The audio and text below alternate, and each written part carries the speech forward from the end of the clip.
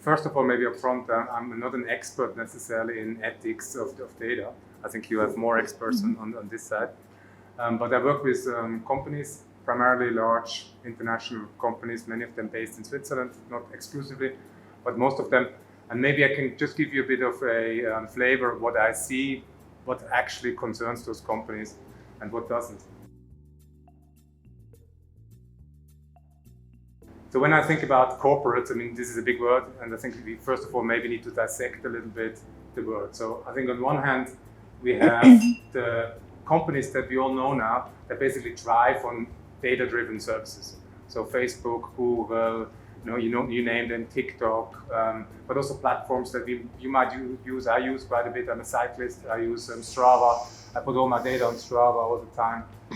Booking.com for travel, you will be familiar with, or you might be having migraines, use a migraine app. And these are companies that are really relying on us sharing our data with them. It's their whole business model. They don't produce something else. And so take, for example, Strava, which I know because I use it. These guys, they collect billions of data. I mean, they know everything. They know a lot. I mean, they know where I live. They know how often I go cycling. They know how hard I cycle, what's my heart rate. They know what bike I have, how often I replenish, buy a new one. They know so much stuff around. Now they claim that they will only use the data on an aggregated level to sell it further. And for example, what they sell the data to is they sell it to cities, for example, if they want to build new cycle lanes. So it's interesting for a city, of course, to understand that people cycle.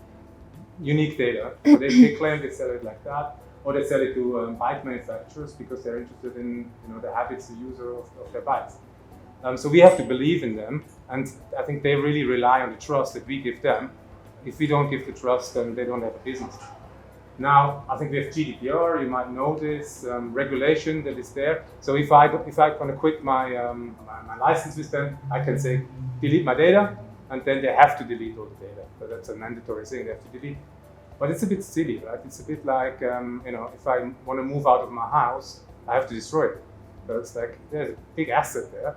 It would be much better if there was a way to use that data, maybe lend it out, put it in an Airbnb, a version of it, rent it out, and so on. So I think there is a huge amount of value in that data, which is not yet actually extracted because we don't have mechanisms in place to build that trust. To say that, the value of data is huge.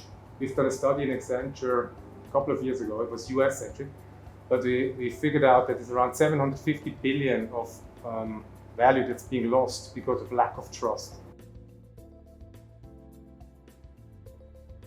Even the founder of the internet, Tim Berners-Lee, he regrets that he hasn't put more emphasis when he built the internet on the data privacy part.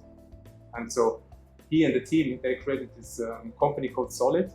Maybe you've heard about it. This is basically they're trying to enrich the internet with a mechanism to ensure data is being given back to the users.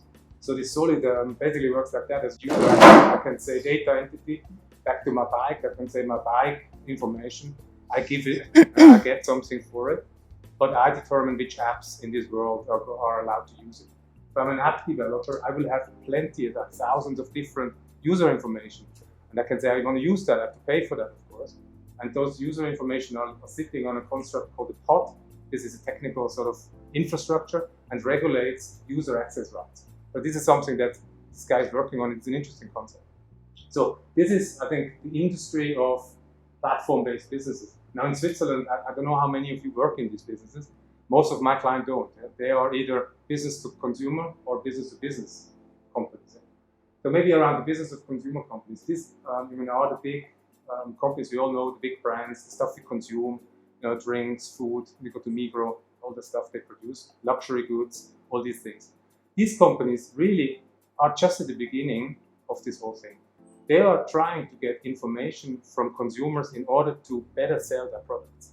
So that's their main aim. So if we work with them, they're trying, because very often they don't actually have any idea about their consumers, because they sell all their products through the channel. And the channel knows a little bit, but they don't. So digital gives them a way to actually get access, direct interaction with consumers. So they're aiming towards that. Why? Because they will understand the taste of the consumers, the price sensitivity, the trends, etc.